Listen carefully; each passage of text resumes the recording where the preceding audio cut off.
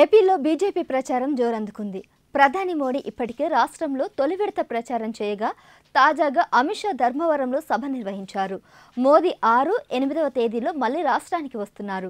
రాజమండ్రి, అనకాపల్లి, రాజంపేట, విజయవాడలో సభలు, రోడ్ షోలు ప్లాన్ చేశారు. ఈసారి ఏపీలో ఖచ్చితంగా కొన్ని సీట్లు గెలవాలని బీజేపీ టార్గెట్ పెట్టుకుంది.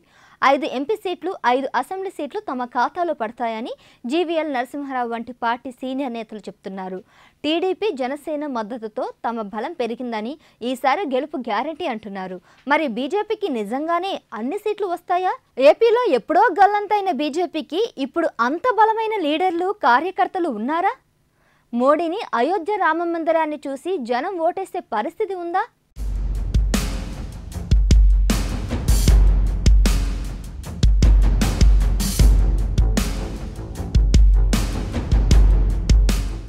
బీజేపీకి ఏపీలో తొలి నుంచి పట్టులేదు. ఉమ్మడి ఆంధ్రప్రదేశ్ అసెంబ్లీ ఎంపీ ఎన్నికల్లో పార్టీ సీట్లు ఎన్నడూ సింగిల్ డిజిట్ దాటలేదు. 2014లో కాషాయ దళం ఏపీలో చివరిసారిగా గెలిచింది. Visakhapatnam north, Rajahmundry city, Tadepalligudem, Kaikaluru assembly స్థానాలను కైవసం చేసుకుంది. విశాఖ ఎంపీ ఎన్నికల్లో పార్టీ అభ్యర్థి ఖమ్మంపాటి హరిబాబు, వైఎస్ విజయమ్మను ఓడించి సత్తా చాటారు.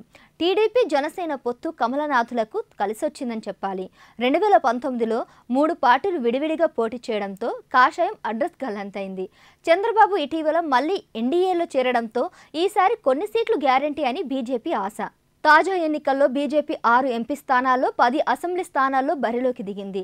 విశాఖపట్నం నార్త్, జమ్మలమడుగు, ఎచ్చెర్ల, ఆదోని, విజయవాడ వెస్ట్, అరకు, ధర్మవరం, అనపర్తి, కైకలూరు, బద్వేలలో అభ్యర్థులను నిలబెట్టింది. ఈ స్థానాల్లో కొన్నింటిలో పార్టీ ఇదివరకు గెలిచింది. టీడీపీ, జనసేనల ఓటు బ్యాంకు కూడా కలిసొస్తుందని, కాబట్టి వీటిలో కనీసం 5 సీట్లలో గెలుస్తామని బీజేపీ రాష్ట్ర అధ్యక్షురాలు పురంధేశ్వరి లెక్కలు వేసుకుంటున్నారు. విశాఖపట్నం నార్త్, కైకలూరు, ధర్మవరంలలో ఖచ్చితంగా గెలుస్తామని బీజేపీ చెబుతుంది. అయితే ఈ స్థానాల్లో పార్టీ అభ్యర్థులకు బలం లేదు. కొన్ని చోట్ల వైసీపీ సిట్టింగ్ ఎమ్మెల్యేలపై ప్రజల్లో ఉన్న వ్యతిరేకత, టీడీపీ బలం తమకు కలిసి వస్తాయని కాషాయ దళం భావిస్తోంది. 5 కాకపోయినా కనీసం 2 సీట్లు దక్కినా గొప్పేనని ఇంటర్నల్గా చెప్పుకుంటున్నారు.